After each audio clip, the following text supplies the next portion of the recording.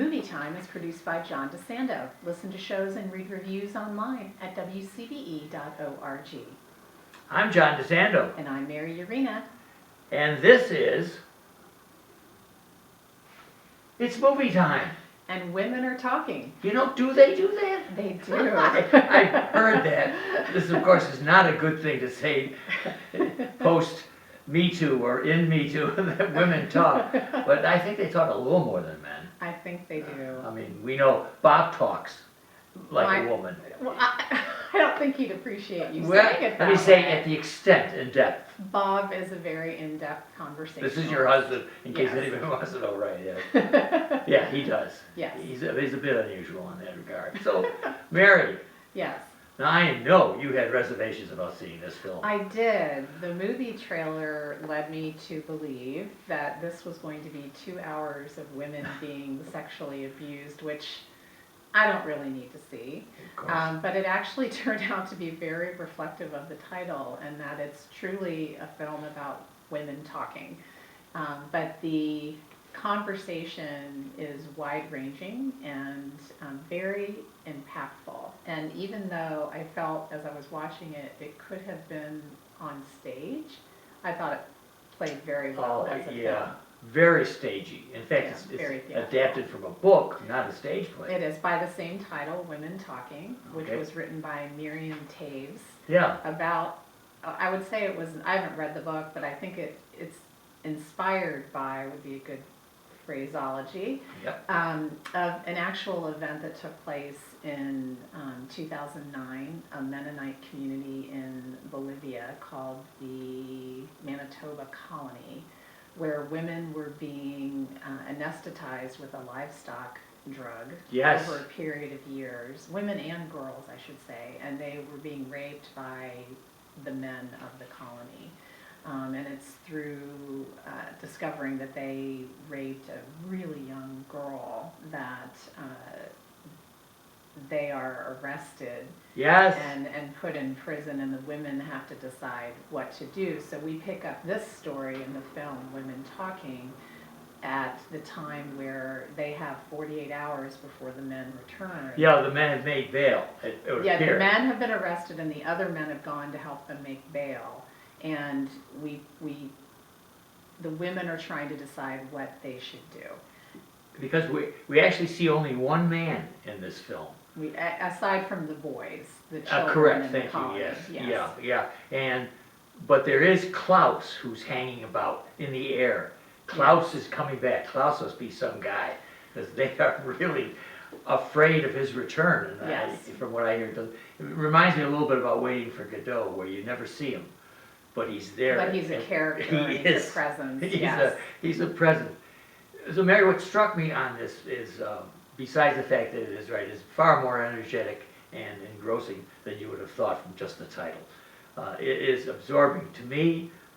It's a stark, stagey, and I love it because there's so much conversation. It just really appeals to me. There's a basic formula that they have to break, or they have to determine three things. Do you remember those that? Yes, so they're trying to decide amongst three things what they, as the women of the colony, should do. The first one is do nothing. Yes. The second one is stay and fight. Yes. And the third one is leave. Yes. And this is because they have been so controlled. The women have not been educated. They don't know how to read. So we join them when the whole population of the women are taking a vote, and it's based on drawings that one of the younger girls have done to represent those three options. Yes. It struck me that almost anybody who was being suppressed would have to consider these three.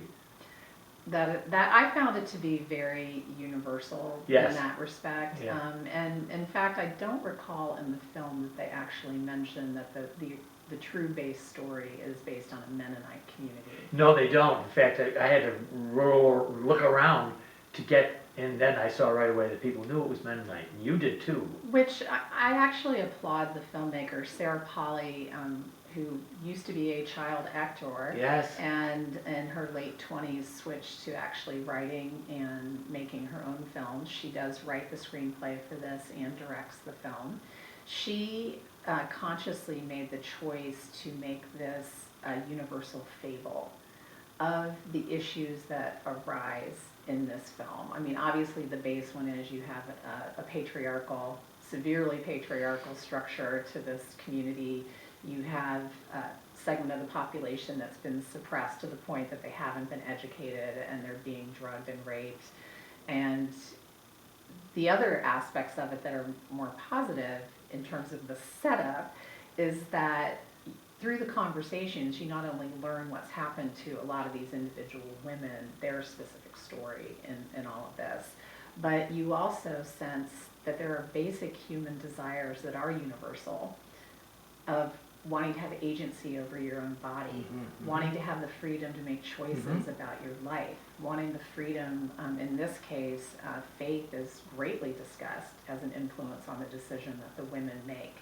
And I really applaud Sarah Polley for making that choice because, as you commented to start this conversation, you appreciate all the different elements that that conversation brought forward, and that's universal to anyone.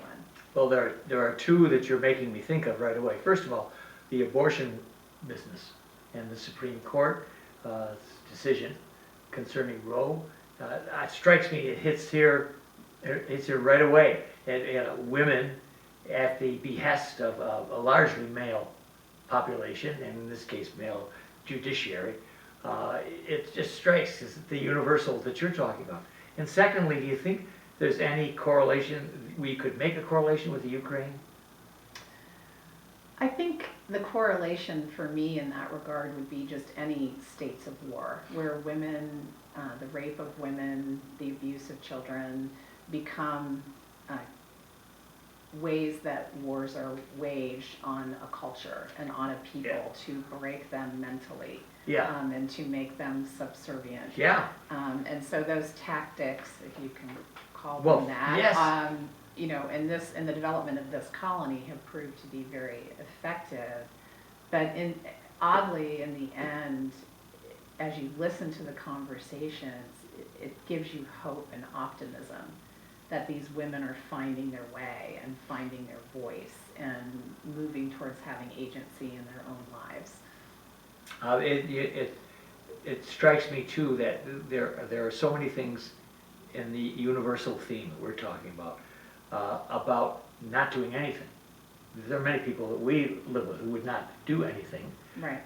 When you think about the force of Vladimir Putin and Russia against Ukraine, imagine deciding that you were going to fight. This is quite a decision, and that monster is breathing down your neck. Yeah, a much larger country, more outfitted with tools of war. But I think the struggle that we've witnessed over the past year proves that the desire of people to be free can rise up and be stronger than the desire of dictators to suppress. And if I'm right, this is probably being produced before the Ukrainian business. It actually was. The rights to the book were purchased by Frances McDormand. Big surprise. Big surprise. And she, about 10 years ago, in an interview I saw with her, she related that she was starting to look at projects like this, starting with Olive Kittredge, where, you know, as a woman reaching a certain age, she still wanted to be in interesting roles. And the only way she recognized she was really going to be able to do that was to buy her own materials. So she did buy the rights to this story. The pandemic stalled the production, but Sarah Polley was who she and Dee Dee Gardner, who's I think one of the executives of Plan B, which is one of the companies that produced this film, really wanted Sarah Polley. And Sarah hadn't made a film for 10 years. Her Away From Her is fantastic. It's unbelievably wonderful. And so the right elements came together. It was stalled a little bit. So the film actually wasn't made until 2021, over about a 6-week period in Toronto on a soundstage. Yeah. It's a very international cast, Yes? mostly Canadian, English, and American actors. Well, and as you're talking about McDormand, she, as a producer of this, she also produced Nomadland. She did. No surprise. Yes. And I don't know if she was a producer of Moonlight, but it's. I don't know that Yeah, either. but they are. But Moonlight came from Plan B. Yes, from Studios, Plan, right, yeah. right. So it's this, in a sense, it's the same producers. Yes. And what a role she has, a cameo role in Yes, this. and she's not on screen for a No. long period of time, and she doesn't have a lot to say Right. in terms of quantity, but the quality of what she says is certainly representative of the stay and do nothing. She's called Scarface Janes. Yes. And they have a close-up of her. Ooh, I said. And she has a pretty severe scar, but we can all surmise, based on the context of the story, where that came from. And you get the sense that, Oh, right, yeah. based on the initial vote, which somewhat opens the film, a significant number of women wanted to stay and do nothing, and Jan's represents that.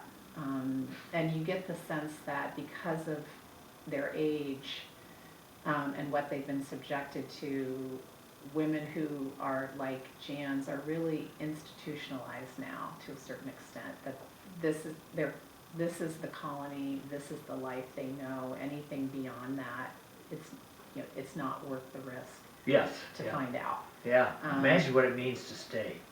Yeah. Imagine what they're subjecting themselves to. All right, Yerina, the film is Women Talking. And I know I had the right woman to come and talk with me about this. Well, and I had the right man. Thank you, Right. Ron. So what do you suggest to our audience? You know, the film opens this weekend at Gateway Film Center, and I think it's a film worth seeking out because it will, one,